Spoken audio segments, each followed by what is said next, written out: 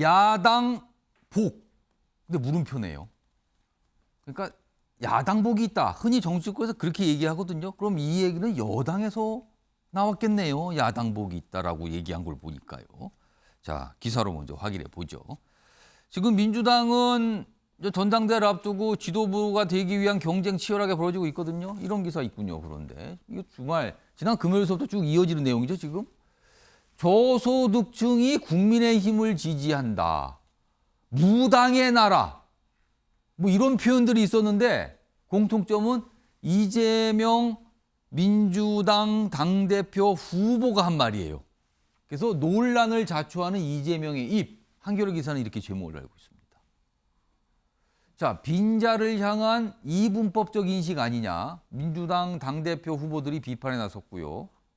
그리고 여기 보면 뭐 무당의 나라 이거는요 최근에 극단적 선택을 하신 걸로 보이는 분이 있죠. 어떤 이 참고인 조사를 받다가 그거에 대해서 얘기한 얘기인데 여당에서는 이게 고인 추모가 상식인데 이게 무슨 소리니까 이런 또 반발한 목소리가 있어요. 일단 자, 이 중에서요 먼저 이 부분 저소득층 뭐 저학력층 이런 얘기를 좀 한 게 있거든요. 그리고 반발도 좀 있었는데 그와 관련된 영상부터 확인해 보겠습니다. 제가 아는 바로는요. 고학력 고소득자들, 소위 부자라고 불리는 분들이 우리 지지자가 더 많습니다. 저학력에 저소득층이 국힘 지지가 많아요. 이게 안타까운 현실인데 이제 언론 때문에 그러지. 언론 관계 때문에. 그런데 저는 부자를 배제할 필요가 없다. 그러니까 요즘 이제 공화주의, 민주주의를 넘어 공화주의로 이런 얘기도 많아요. 함께 조화롭게 살아야 된다. 지난 대통령 선거의 보수당의 선거 승리의 성공 방정식은 남녀를 가르고 세대를 갈라서 그들이 성공했다고 생각합니다. 그렇게 갈라치기와 혐오하는 정당에 대해서 우리가 극복하지 못한 게 지난 대통령 선거의 결과라고 생각하고 우리 민주당도 혹시 선악을 구분하는 이분법적인 인식이 있는 것은 아닌지 뭐 언론을 탓하거나 무엇을 탓하거나 이런 관점을 가지는 것은 잘못된 습성이다. 문재인 대통령 당선될 때 우리 문재인 후보는 그 소득 적은 국민들도 문재인 후보를 지지했습니다. 남탓 노선이 아닌 우리 당을 혁신하는 혁신 노선으로 나가야 다음 총선 저는 승리할 수 있다고 생각합니다. 그러니까 이 저소득층 이 발언에 대해서 다른 경쟁하는 후보들이 이거 지금 뭐 이분법 나누니까 남 탓하는 겁니까? 왜 이런 식으로 합니까? 과거에 문재인 대통령도 소득이 적으신 분들 지지 많이 받았습니다. 이게 무슨 소리입니까? 이렇게 반발하고 있고요. 그리고 이 내용이 좀 논란이 되자 이재명 의원 그리고 이재명 의원 측에서는 이거 언론이 뭔가 거두절미하고 이렇게 잘라서 보도하기 때문에 문제가 더 커졌다 그러는데 그래서 저희가 좀 일부러 길게 보여드렸습니다. 그 전후 맥락까지 다 들어보시라고요. 뭐 어떻게 판단하시는지 모르겠습니다. 아무튼 이게 첫 번째 사항이 이게 있고요. 다음 하나 더 보겠습니다. 이 얘기도 또 주말 동안에 또 불거졌죠. 이재명 참고인 사망, 이른바 이제 법카 의혹과 관련된 참고인 조사를 받았던 인물인데 참고인 사망과 나와 무슨 상관인가? 그러니까 여당에서 이 지적을 계속한 거죠. 아니 왜 무슨 의혹 수사 이재명 의원 관련 의혹 수사 받는 분들이 왜 잇따라 이렇게 사망하는 일이 나옵니까? 라면서 뭐 문제 제기를 한 거예요. 그거에 대해서 나와 무슨 상관이냐? 또 당내에서는 뭐 남탓만 한다. 뭐 앞선 얘기입니다. 저거는요. 뭐 저소득층 발언이요. 왜 무당의 나라가 됐다 이렇게 주장을 하면서 뭐 좀 반발했는데요. 자, 그럼요. 주말 동안에 이재명 의원이 이에 대해서 한 발언이죠. 확인해 보겠습니다. 무당의 나라가 돼서 그런지 어떻게 그런 발상을 할 수가 있는지 이제 의문스러운데 그런 것은 바람직하지 않는 그 악성 주술적 사고 이런 데 영향을 받던 게 아닌가. 아무 관계도 없는 사람이 검찰, 경찰의 강압 수사를 견디지 못해가지고 언론과 검찰이 나를 죽이려 한다 이러면서 돌아가신 분들이 있는데 그게 이재명과 무슨 상관이 있습니까? 저는 우리 민중 종교 또 민중 신앙으로서의 그 무속 신앙을 저는 존중합니다. 왠지 가만히 들어보니까 윤석열 대통령 부인 관련해서 있었던 무속 논란 이거를 겨냥한 것 같기도 하고요. 왠지요. 뭐 그런 느낌도 좀 듭니다.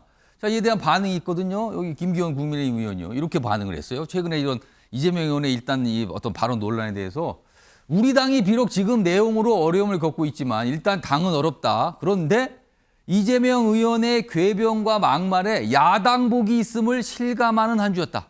이렇게 반응을 보입니다. 야당복이 여기서 나오는군요. 유교 의원님, 이 반응에 동의하십니까? 아니면 약간 다른 생각을 갖고 계십니까? 뭐 yes, no를 따지면 저도 동의합니다. 그러니까 근데 야당복이라는 얘기는요. 과거에 문재인 대통령이 집권했을 때 지금의 국민의힘 전신 그때 야당이었죠. 그때 야당 그때도 야당복이라는 얘기가 넘쳤어요. 그때도 민주당에서 나왔나요, 그게? 그렇습니다. 뭐 황교안 전 대표가 극우 태극기 세력과 손잡고 뭐 어떻게 된 거면 여당은 늘 야당복이 있는 겁니까, 그러면? 그러니까 그런 점에서 우리 정치에 이게 참 어떻게 보면 비애인데 손님 덕분에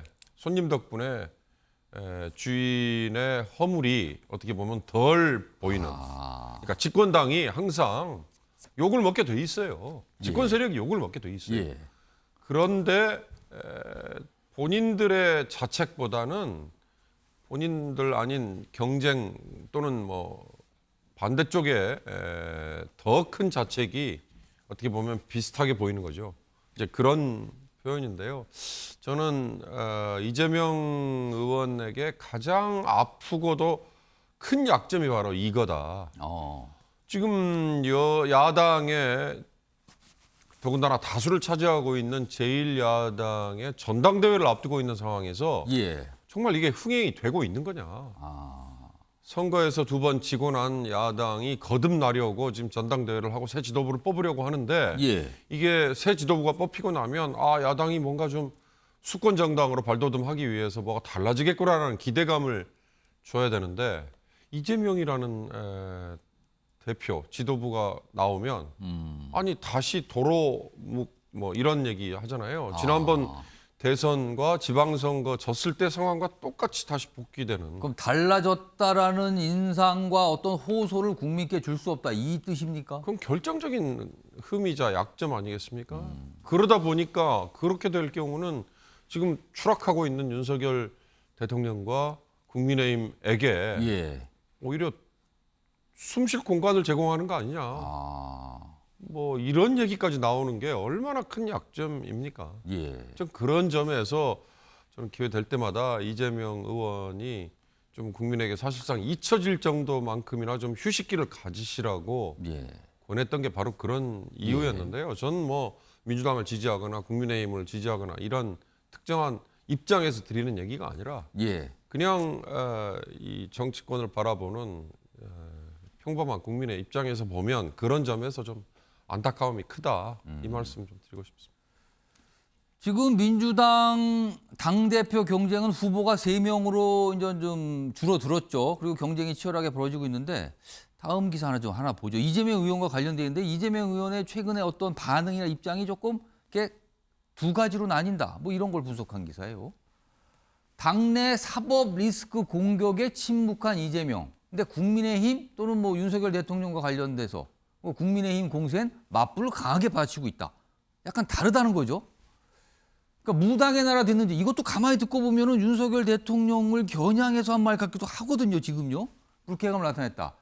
여당에 대한 경고, 강한 야당 지도자 부각, 내부에는 통합 메시지, 두 트랙으로 대응하는 거 아닌가. 이렇게 돼 있습니다. 최영철 편집위원. 그렇게 보이십니까? 두 트랙으로 보이십니까? 네, 그렇습니다. 당 내부에는 한없이 온화한 이미지를 보이면서 당 외부의 공격에 대해서는 강력한 저항 세력의 모습을 보이죠. 그러니까 지금 이재명 의원에 대해서 당 내부에서 좀 그런 시각이 있죠. 혹독한 공천 학살을 할 것이다. 이러한 예상이 많기 그 때문에. 질문을 계속 받고 있죠, 그렇습니다. 지금요. 난 그런 사람 아니야. 난 굉장히 온화하고 아주 따뜻한 이미지이기 때문에 그런 식으로 나를 매도해서는 안 돼. 이런 메시지를 계속 흘리면서 당내 공격에 대해서는 그렇게 강하게 반발을 하지 않습니다. 그럼으로써 결국에는 당내 세력의 공격에 대해서 반격할 필요가 없다는 그런 뉘앙스도 계속 풍기죠. 왜냐하면 어차피 의대명, 어차피 난 뭐 대표는 나야. 뭐 볼 것도 없어. 그렇기 때문에 그러한 반응에 대해서는 굉장히 소극적으로 반응하죠. 하지만 외부에 대해서는 굉장히 강하게 반응한 그런 전략을 보이고 있는 것 같습니다. 신경민 전 의원님. 그러니까 이재명 의원의 지금 최영철 편집이 두 트랙으로 나눠진 것 같다는데 일단 그렇다면은 이재명 의원은 당내 경쟁자인 두 다른 후보, 박용진, 강훈식 후보에 대해서는 별다른 반응조차도 안 보이는 것 같고요. 반면에 여당과 대통령에 대해서는 강하게 뭔가 이렇게 날을 세우고 각을 세우는 모습인데 이거는 일단 뭐 한쪽은 아예 그냥 무시 전략 그리고 나의 상대는 밖에 있어 이걸 강조하는 겁니까? 뭐 그런 측면이 있습니다. 무시 전략으로 가는 거죠. 근데 중앙위원회 컷오프에서 중앙위원회 383명의 표에 대해서 잘 아는 사람은 이렇게 표현을 합니다. 예. 어대명이라고 다들 얘기를 하고 난리를 쳤는데 예. 실제 표를 개표해 보니까 어대명이 아닐 수도 있겠다라는 이상한 표 분포가 나왔다. 이렇게 지금 그 구체적인 득표 결과는 득표 공개가 안 되고 있잖아요. 공개할 수가 없습니다. 예. 그리고 아는 사람도 거의 없고요. 예. 근데 거기에 이제 아주 핵심적으로 아. 그 표의 분포를 알 수 있는 사람의 얘기입니다. 분위기는 그렇다라는 얘기가 그러니까 나오니까. 그건 무슨 얘기냐면은 당을 오래 생활을 해온 중앙위원들이 음. 대부분이거든요. 383명의 분포를 보면은 당과의 인연이 제법 된 사람들이 대부분인데 예. 이분들의 투표 행태가 이재명의 그 리스크에 대해서 의식을 하고 있다라는 거예요. 아. 그러니까 이 표는 본인들 내지는 아주 소수의 사람들이 봤죠. 예. 보고 나서 느끼는 것이 어대명이라고 그렇게 얘기를 해왔는데 예. 꼭 그런 분위기는 아니다라고 지금 전해주는 거거든요. 그러니까 그걸 이재명 후보가 알죠. 그러니까 나머지 두 후보에 대해서 무시를 하고 당내 통합을 하면서 어대명이라는 분위기를 계속 이어가려고 하는 전략을 구사하는 것으로 보입니다. 최근의 분위기 보면 그렇게 좀 이해해야 되는 거 아니야. 그러니까 신경민 전 의원께도 그렇게 좀 해석을 해주셨어요. 최근의 움직임과 관련해서요.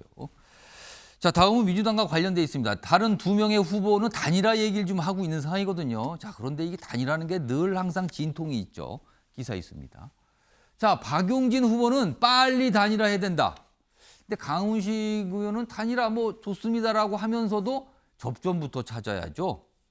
약간 다릅니다. 여기 정도 보면. 박용진, 강용과 만남에서 공감대 확인했다. 그러면서 뭔가 잘 될 거다. 빨리 합시다. 뭐 이런 분위기입니다. 근데 반면에 강훈식 의원은 일단 본선에서 나를 제대로 알려야 됩니다. 순서가 있어요. 속도 조절. 뭐 이런 걸 생각하는 것 같기도 하고요. 근데 야권에서는요. 이재명 대선 후보 캠프 출신이었던 강훈식 의원이 이른바 단일화를 하게 되면 이게 반명연대로 보인다. 이거 쉽지 않은 선택일 수 있다. 이렇게 또 분석도 내놓고 있습니다. 자, 그럼 이 단일화 관련해서 두 후보의 이야기 들어보시죠. 본선에서는 일반 당원과 국민께 강훈식을 제대로 알려야겠다라는 각오로 임하겠습니다. 그래서 빠르면 빠를수록 좋다. 반 이재명, 반명 연대가 아니라 미래 연대로 그리고 승리하는 민주당의 길로. 신경민 전 의원님, 두 후보의 단일화 잘 되겠습니까? 어떻게 전망하십니까? 저는 좀 비관적으로 봅니다. 왜 그러냐면 강훈식 의원이 컷오프에서 들어왔잖아요. 예. 근데 강훈식 의원이 이번에 대표 출마를 하면서 뭐 97그룹이라는 분위기에 이제 물론 편승을 한 것은 전차가 있지만요. 출마의 변 중에 하나가 개항을 해 출마하는 이재명 후보를 보고 이재명 후보로는 안 되겠다는 생각이 들어서 내가 나오게 됐다라고 여러 번 설명을 하고 지금도 그렇게 얘기를 하고 있습니다. 예. 그런데 강훈식 의원은 우리 모두가 당대회에서 알다시피 이재명 당시 대권 후보의 최측근이었습니다. 최측근 그룹 몇 명, 손가락 안에 들어가는 사람 몇 명 안에 들어가는 그러면 굉장히 사람이었고 핵심적인 역할을 당시 했다. 핵심적이었다는 것을 모르는 사람이 당내에 일단 하나도 없고요. 언론들도 다 알고 있고요. 그런데 갑자기 개항을 보더니 불현듯이 이재명 후보는 안 되겠구나. 내가 나가야 되겠다. 이렇게 지금 얘기를 하거든요. 예. 근데 과연 강훈식 후보의 저 출마의 변이 맞는가? 진심인가? 라는 거에 대해서 그건 좀 확인해 봐야 되겠다라는 거고 단일화에 대한 태도를 보면은 일단은 알 수 있을 거다라고 얘기를 하는데요. 지금 단일화에 대해서 몇 차례 얘기가 나왔는데 단일화를 하겠다는 얘기로 들리지가 않습니다. 그렇게 해석하기가 대단히 어렵고요. 예. 이제 투표가 뭐 여러 가지 종류의 투표가 있기 때문에 예. 지금 투표가 8월 3일부터 시작이 되거든요. 그러니까 지금 박용진 후보가 8월 3일이라는 얘기를 일단 던져놓은 건데 예. 8월 3일에 대해서도 강훈식 후보가 부정적이거든요. 그러니까 이게 전도가 매우 험난하다. 단일화가 과연 이루어질 수 있을까? 이거에 대해서 다들 어렵다고 예. 결론을 내리고 있는 상황이죠. 상황은 물론 변할 수 있지만 현재 상황으로 봐서는 쉽지 않다. 이렇게 봐야 됩니다. 최영철 편집위원께는 이제 다른 각도의 질문 드리겠습니다. 지금 두 후보요. 강훈식, 박용진 후보의 공통점은 이른바 97세대입니다. 그러니까 대학으로 치면 90년대 학번 그리고 70년대 출생입니다. 86세대의 그 다음 세대 정도로 꼽히거든요. 자, 그런데 97세대 지금 많이 도전하고 있고 두 명의 후보가 당대표 후보로 올라갔는데 이걸 놓고 민주당 안팎에서 나오는 지적도 좀 있는데 그중에 몇 가지 지적이 이렇습니다. 97세대라는 게 과연 독자성이라는 게 있는가? 이른바 운동권 86세대의 자양분을 그대로 받아서 그냥 성장한 것뿐인 거 아닌가? 구체적인 이념이라든가 철학이라는 게 있는가? 그러니까 독자 생존 가능한 세대 맞냐라는 거죠. 이 지적을 어떻게 보십니까? 최영철 편집위원도 97세대 아니십니까? 네, 그렇습니다. 뭐 강훈식 의원이나 뭐 박용진 예. 의원하고 나이가 비슷한데요. 예. 뭐 97세대란 그러니까 쉽게 말하면 이 97세대란 말로 당대표 될 수 있을 것인가? 예. 이 질문하고 그렇습니다. 같이 직결되겠죠. 그걸로 통하겠는가? 그렇습니다. 그런데 이 97세대란 것은 발명된 단어죠. 발명이요? 그렇습니다. 86세대라는 것은 발견된 단어죠. 그 실체가 있는 것이죠.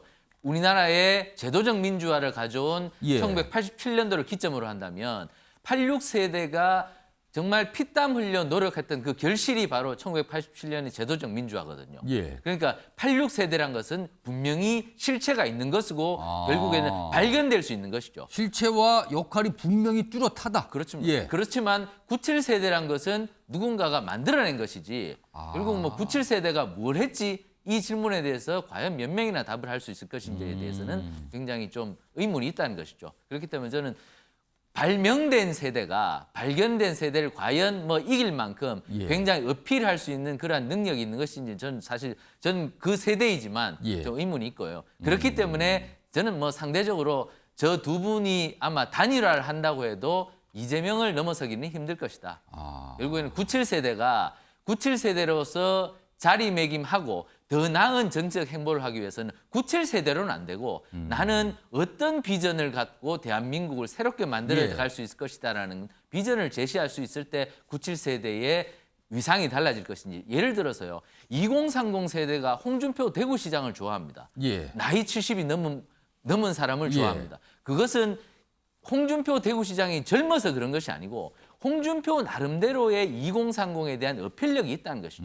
그렇기 때문에 97세대가 좀 더 나은 정치적 행보, 정치적 위상을 갖기 위해서는 무언가 97이라는 숫자 말고 다른 예. 것을 제시할 수 있는 능력이 있어야 된다고 저는 생각합니다.